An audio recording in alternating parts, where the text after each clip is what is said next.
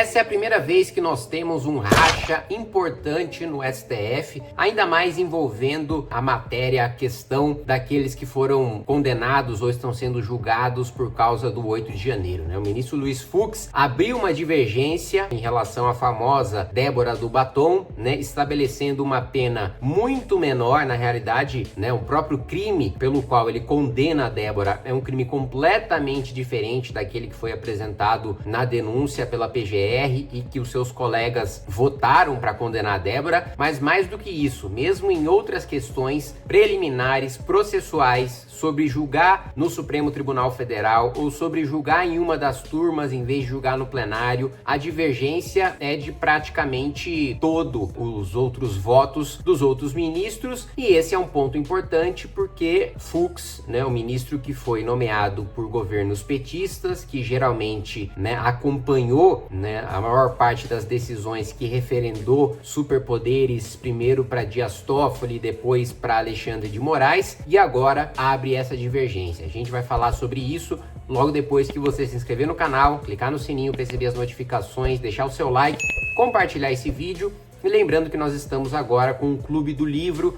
Você que quiser ser um dos fundadores da editora Valete, que já está de pé, que já está funcionando, mas que a gente quer ampliar muito mais para formar uma massa crítica no nosso país que defenda os nossos valores, que defenda as nossas ideias, é só você clicar no link aí que eu vou deixar na descrição e você vai passar a receber não só tudo que já foi publicado pela editora Valete, mas os títulos futuros também, que são vários e de vários autores que ainda vão impressionar muito aí a cada um de vocês, os nomes com os quais a gente tem conversado, a gente tem negociado. Mas vamos lá. Voto do ministro Fux em relação ao 8 de janeiro, né? É um voto de 11 páginas, um voto curto, né? E que é bem objetivo em relação às suas divergências com o resto da corte, né? O primeiro ponto é o seguinte: ele pede vênia, né? Pede licença para seguir coerente a posição que tem adotado reiteradamente em manifestações proferidas nesta corte, o Supremo,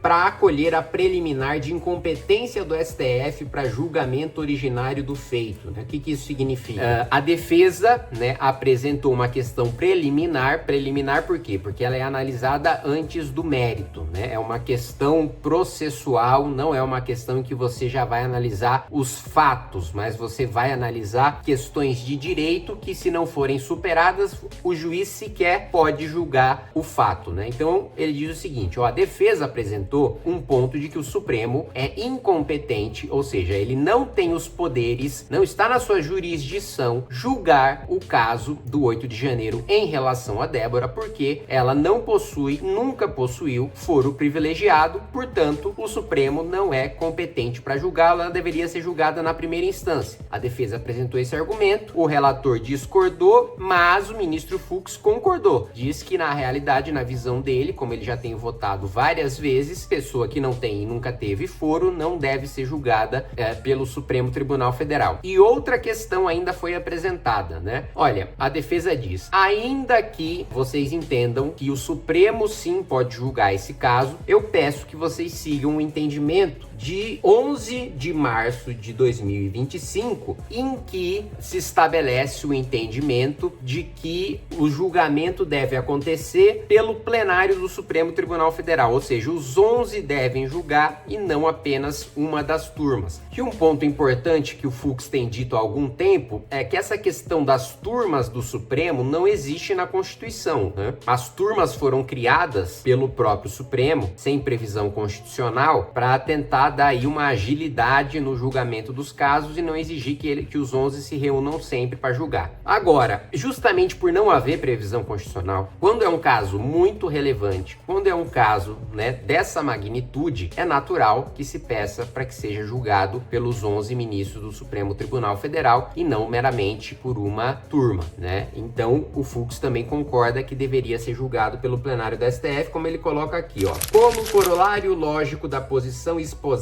pela maioria no julgamento da questão de ordem no inquérito 4787, relatoria do ministro Gilmar Mendes, finalizado no dia 11/3/25. Isso porque os acusados das ações penais relativas aos atos do 8 de janeiro estão sendo julgados como se ainda exercessem as funções públicas que justificariam sua prerrogativa de foro perante o Supremo, famoso foro privilegiado. Logo, deveriam ser julgados como se ainda exercessem essas funções públicas, atraindo a competência do plenário, diferente de turma, plenário, os 11. Turma, você divide os 11 em duas turmas, para o julgamento, né? Aí, o Fux vai para a questão probatória, né? Para o mérito, em que ele também diverge da maioria dos ministros, né? O relator é o ministro Alexandre de Moraes, que foi acompanhado também pelo ministro Flávio Dino, para condenar a Débora a 14 anos de prisão por 5 crimes diferentes, né? Já o Fux, ele entende que a mulher deve ser condenada apenas pelo crime de deterioração do patrimônio tombado, que é exatamente o meu posicionamento, que deveria ser óbvio, deveria ser lógico. Todo mundo que participou do 8 de janeiro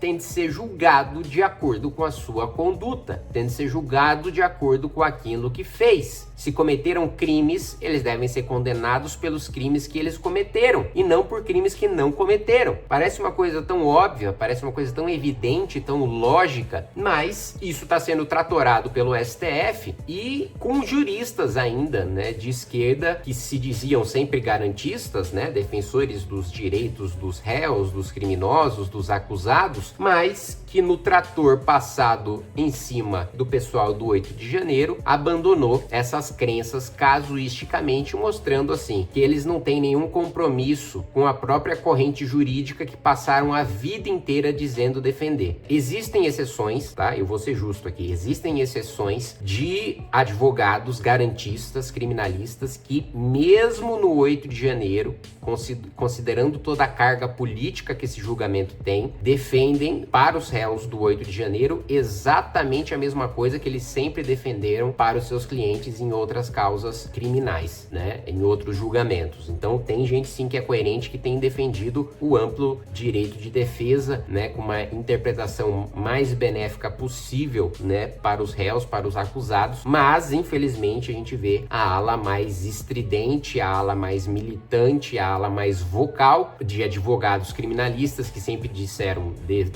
defender as garantias, né? De defesa e etc. Dessa vez ou fazendo vista grossa, não falando nada, ou pior, opinando no sentido contrário daquilo que eles próprios sempre defenderam. Mas enfim, e aí o que coloca aqui o Fux? Eu vou mais uma vez recorrer à íntegra do voto dele para não... Porque muitas vezes veículos de imprensa colocam ali jornalistas que não têm a menor qualificação para falar sobre julgamento. Mentira! O correto, né? Porque eles vão lá, colocam um jornalista que cobre política no dia a dia e que tem boas noções de política, de dinâmica de Congresso, de governo, para cobrir decisões judiciais. E aí, meu amigo, se já cobrindo política e projetos aprovados pelo Congresso, esses jornalistas, vez ou outra, cometem erros, quando eles vão cobrir matérias de direito que eles não estão acostumados, né, e que eles não têm experiência profissional nem formação para isso, aí que, mano, as matérias ficam realmente mais bizarras e mais erradas. Não é nem fake news, o próprio cara acredita naquilo que ele está escrevendo porque ele não tem o conhecimento da baboseira que ele está escrevendo. Daí a importância, muitas vezes, da gente ver a íntegra da decisão em vez de simplesmente ler matéria, né? Então, ele coloca aqui a pena de prisão de 1 ano e 6 meses de reclusão e 10 dias multa, fixando cada dia multa em 1/30 do salário mínimo pela prática do crime tipificado no artigo 62, inciso 1º da Lei 9.605 de 1998, absolvendo-a quanto às demais imputações. E mais do que isso, né? A conclusão do voto do ministro Fux é que, considerando a pena definitiva fixada em meu voto é inferior ao tempo em que a réia esteve reclusa preventivamente, deixo de analisar o regime inicial de cumprimento de pena, sua substituição por pena restritiva de direito, eventual aplicação da suspensão condicional da pena. Ou seja, como ele condenou a Débora a uma pena menor do que ela já passou de tempo na cadeia, na prisão preventiva, entende-se, portanto, que ela já cumpriu a sua pena se condenada nos termos do voto do ministro Fux. Isso vai reverter o julgamento no Supremo? Praticamente impossível que reverta. Mas já mostra uma fragilidade nos superpoderes garantidos a Alexandre de Moraes. Já gravei alguns vídeos falando sobre a anistia, meu posicionamento e a diferença brutal que eu coloco entre Bolsonaro e os outros que foram denunciados na mesma ocasião que ele e aqueles que participaram do 8 de janeiro. Enfim, vocês podem ver aí vídeos recentes que eu fiz sobre isso. Agora, o que eu quero tratar e finalizar esse vídeo pela primeira vez nós estamos vendo uma divergência relevante que pode demonstrar um desgaste em relação aos poderes que têm sido exercidos nos últimos anos, especialmente pelo ministro Alexandre de Moraes, mas na realidade ele está representando toda a corte, já que as suas decisões têm sido confirmadas, referendadas pelos seus colegas ministros. Só para fechar, eu tô vendo algumas pessoas, por causa, né, dessas últimas falas, votos do ministro Fux, falar, lá, viva o Fux, obrigado ministro, parabéns, tal, já querendo elevá-lo ao status de herói. Gente, calma, tá? Calma. Ele não é assim tão especial. Fux é um dos ministros mais corporativistas que nós temos no Supremo Tribunal Federal. Em relação a privilégios, ele é o ministro que simplesmente sentou anos em cima de uma liminar que ele mesmo concedeu para garantir auxílio moradia ilegal para juízes de todo o Brasil. E ele só levou a voto no plenário, em que foi derrubada essa liminar e, portanto, derrubado o auxílio moradia ilegal. Então, a opinião de que é ilegal não é só minha, é do próprio Supremo Tribunal Federal, quando o governo Temer cumpriu um acordo que já tinha sido feito na gestão da Dilma para aumentar o salário dos juízes, ou seja, abrindo, escancarando aquilo que todo mundo já sabe. Esses auxílios, esses penduricalhos que são criados para a magistratura, Ministério Público, não passam de aumento de salário disfarçado, e aí, quando o governo e o Congresso aprovam aumento de salário, eles baixam ali as suas armas para dizer, olha, a gente não precisava de vocês para ter esse aumento, a gente já tem esse aumento aqui, a gente criando uma canetada ilegalmente, mas agora que vocês estão dando um aumento, beleza, vamos manter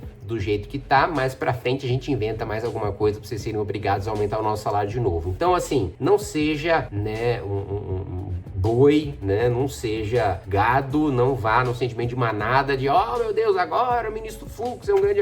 Calma, menos. Olha, eu sou capaz de dizer, todos os ministros do Supremo, se você parar e olhar com calma, vai ter algumas decisões que você vai olhar e vai aplaudir. Só que são decisões que não são tão midiáticas, não são em casos tão importantes, não são em casos que têm tanta repercussão, como esse do caso do Fux. Então, não vamos, né, nos precipitar e elevar o Fux a status de herói por causa de uma decisão correta.